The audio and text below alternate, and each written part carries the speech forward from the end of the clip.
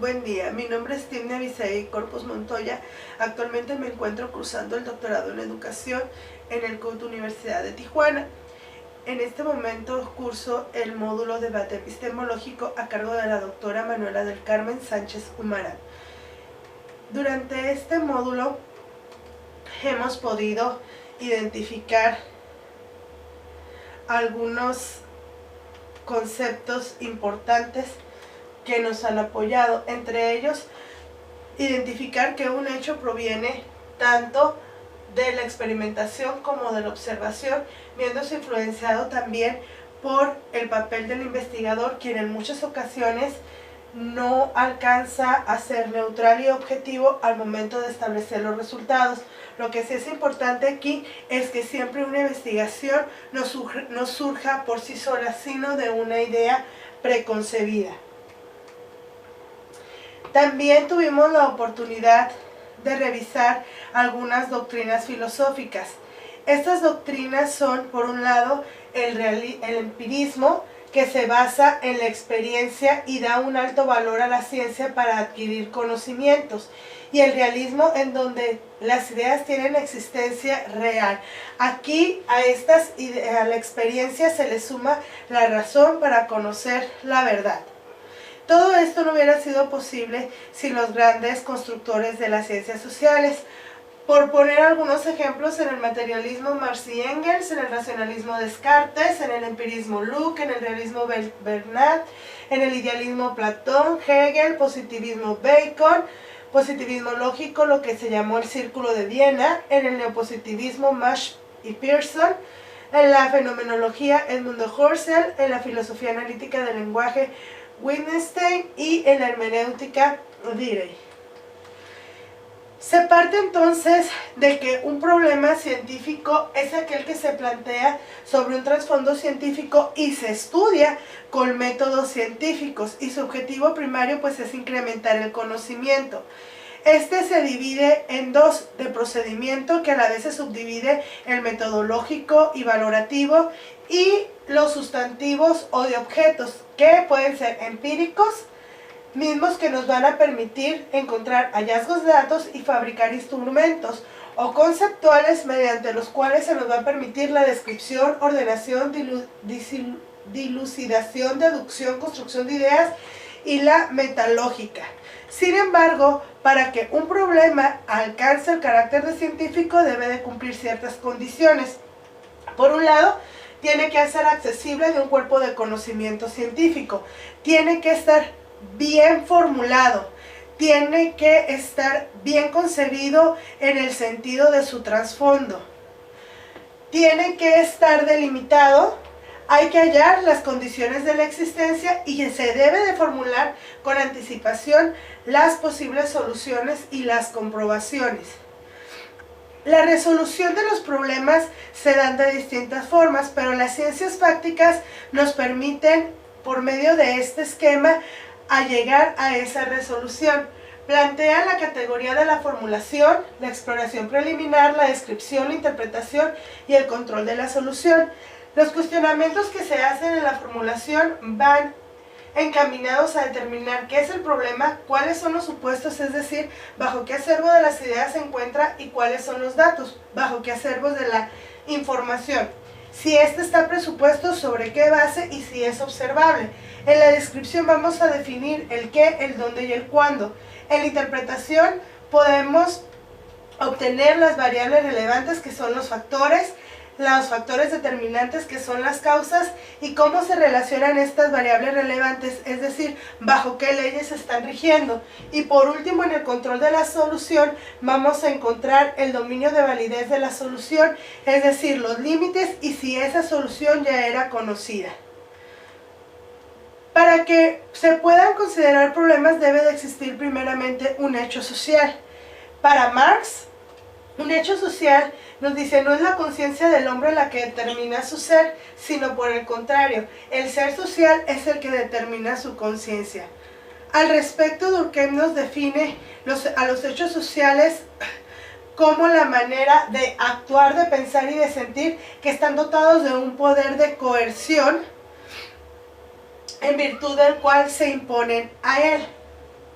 Schutz nos habla desde la corriente metodológica y se centra en el fenómeno de la intersubjetividad. Para él, los predecesores ya nos entregan un mundo organizado. Y por último, Lebenswelt nos habla de que el mundo de la vida es el mundo de la vida cotidiana, de la realidad diaria y del sentido común, en el cual nosotros aplicamos las tipificaciones que son nuestras formas de actuar. Además, este hecho social también tiene sus características partiendo de la corriente funcionalista, quien trata de explicar los hechos antropológicos en todos los niveles de desarrollo por el papel que desempeñan dentro de un sistema global. Desde la perspectiva estructuralista, el factor explicativo de lo social va a ser el conjunto de características del entorno de índole humana, pero generados por lo social. Y desde la dialéctica, pretende hacer una distinción entre la realidad concreta y el pensamiento que se proyecta sobre esa misma realidad. Una realidad que se conoce como realidad por excelencia, la que debe de cubrir ciertas características. El lenguaje para marcar las coordenadas de vida de los objetos significativos. Se organiza en función del aquí de mi cuerpo y el ahora de mi presente. Se presenta sobre un mundo subjetivo, un mundo en donde no estoy sola, sino que comparto con otros. Además, se da como establecida como realidad, no requiere verificaciones adicionales. Por otro lado, se divide en sectores, unos que aprenden por rutinas y otros que presentan problemas de diversas clases. Y por último, se estructura tanto en el espacio como en el tiempo. A partir de estos hechos sociales se van construyendo ciertos paradigmas. De acuerdo a Kuhn, un paradigma es la concepción del objeto de estudio de una ciencia acompañada de un conjunto de teorías básicas sobre aspectos particulares de ese objeto. Ese contenido define los problemas que deben de investigarse, la metodología por emplear y la forma de explicar los resultados. Y dice que un paradigma con esas características es aceptado por una comunidad científica. Además, lo caracteriza.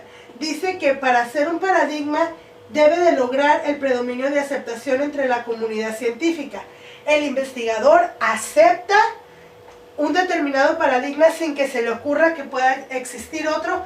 Y por último, la forma en cómo la comunidad científica impone esos paradigmas es la publicación en libros, en revistas o mediante la educación científica. La ciencia ha ido evolucionando y se ha ido construyendo, sobre todo la construcción social de la ciencia. Para esto hemos tenido varios pensadores. Popper, por ejemplo, nos habla de que esta construcción ha sido el avance o progreso que surge del análisis lógico de las teorías y de las hipótesis que permiten desechar aquellos enunciados que no resisten las pruebas de coherencia interna y de contrastación con la realidad. Para Kant, señala la importancia de los factores históricos y sociológicos en el progreso del conocimiento.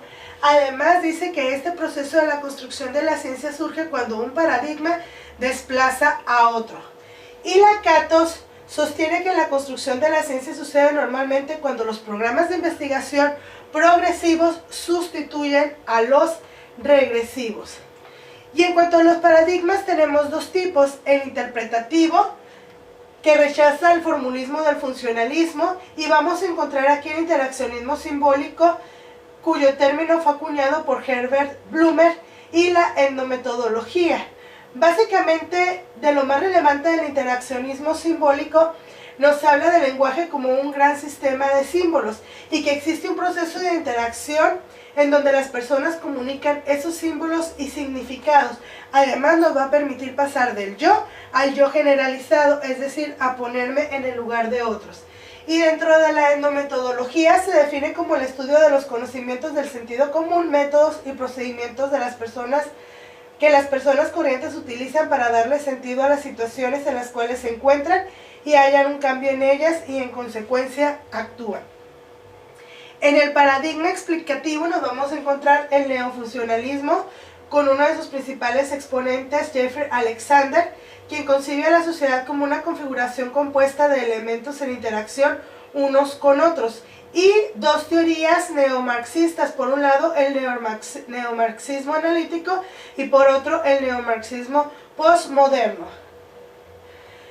Una vez que se ha analizado estas corrientes, estas teorías, a estos pensadores, me han aportado grandes elementos para poder conceptualizar y tratar de esbozar algunos aspectos muy importantes acerca de un tema de estudio como lo es la educación inclusiva.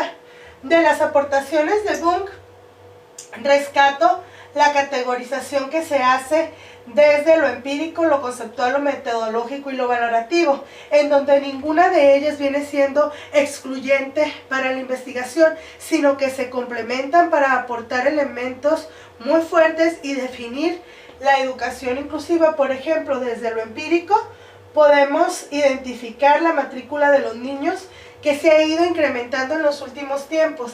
En lo conceptual podemos tener o revisar aquellos resultados obtenidos en los centros escolares que sí tienen el apoyo para niños con necesidades educativas especiales.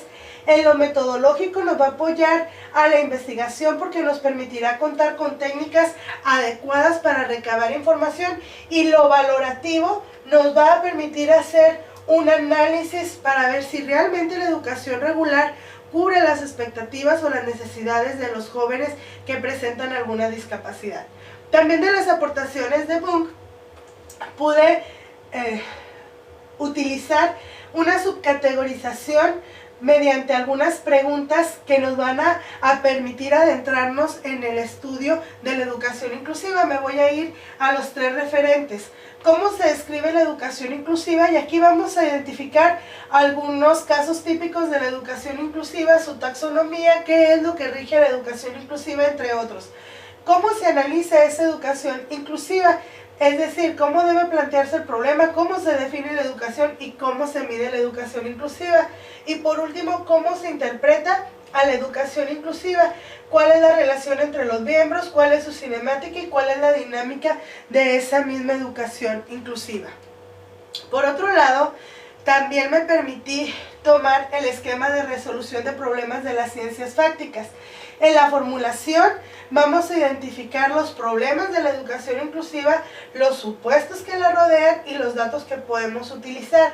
En la exploración preliminar vamos a identificar si está presupuesta, sobre qué bases y si es observable como un hecho problemático.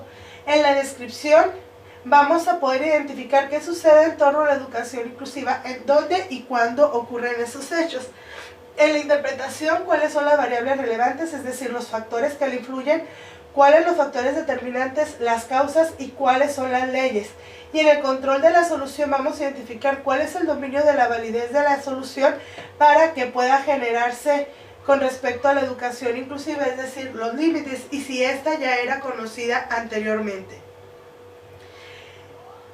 Vamos a delimitarlo entonces con toda la información anterior de esta manera. La educación inclusiva, ¿en dónde se da o qué aspectos nos toca? Toca lo académico, la política educativa, la migración, la población indigente. Decidí tomarlo como política educativa. Dentro de la política educativa se habla de una planeación educativa, se habla de derechos, se habla de cobertura y se habla de historia. Vamos a retomar la parte de los derechos. En esos derechos, ¿de quiénes? De los docentes, de los padres de familia o de los alumnos. Me voy a ir hacia los alumnos. ¿Qué tipo de alumnos? Bueno, los alumnos con necesidades educativas especiales, los regulares, los extranjeros, los indígenas o los migrantes. Vamos a retomar a los alumnos con necesidades educativas especiales. ¿Qué es lo que más afecta en los centros escolares? La infraestructura, los materiales y el aspecto pedagógico, en donde se impacta básicamente con la adecuación curricular, con atenciones personalizadas y con apoyo especial. ¿De quién se requiere ese apoyo especial? Del sistema educativo, de tal suerte que la delimitación del problema queda de la siguiente manera. La falta de apoyo pedagógico por parte del sistema educativo estatal obstaculiza el proceso de educación inclusiva en el nivel de secundaria en educación básica. Y esta educación inclusiva, a partir de las tres corrientes funcionalista, estructuralista y dialéctica, van a converger a considerar el aspecto político de la gestión pública como una pieza clave para comprender los hechos sociales que se desencadenan a poner en marcha la educación inclusiva. Por otro lado, como paradigma se considera nuevo dentro de la educación. Y para terminar, cuantitativamente se nos aportan ciertas técnicas para poder llevar a cabo la investigación, que es la entrevista en profundidad y las encuestas.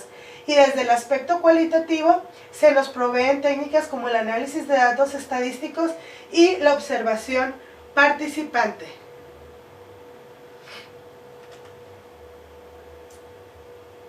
Ahora, desde las ideas de Herbert Blumer, hablando del interaccionismo simbólico, y ya para cerrar esta presentación, podemos destacar que los jóvenes con necesidades educativas especiales son incorporados a la educación regular y se encuentran inmersos en un proceso de socialización que en muchos de los casos puede llegar a ser frustrante, toda vez que dentro de esa interacción y del lenguaje son poco comprendidos, puesto que en ellos no se desarrolla mucho este proceso. Además, este proceso puede ser limitado en los actores dentro de su entorno escolar mediante la comunicación de símbolos y significados que distan mucho en gran medida de la interacción que estos jóvenes llegan a desarrollar, por lo que puede existir un riesgo de aislamiento, de tal suerte que todas las ideas fueron convergiendo para poder llegar a determinar y a rescatar algunos aspectos importantes dentro de la educación inclusiva para dar inicio a un proceso de investigación. Les recuerdo, mi nombre es Timnia Corpus, gracias por su atención.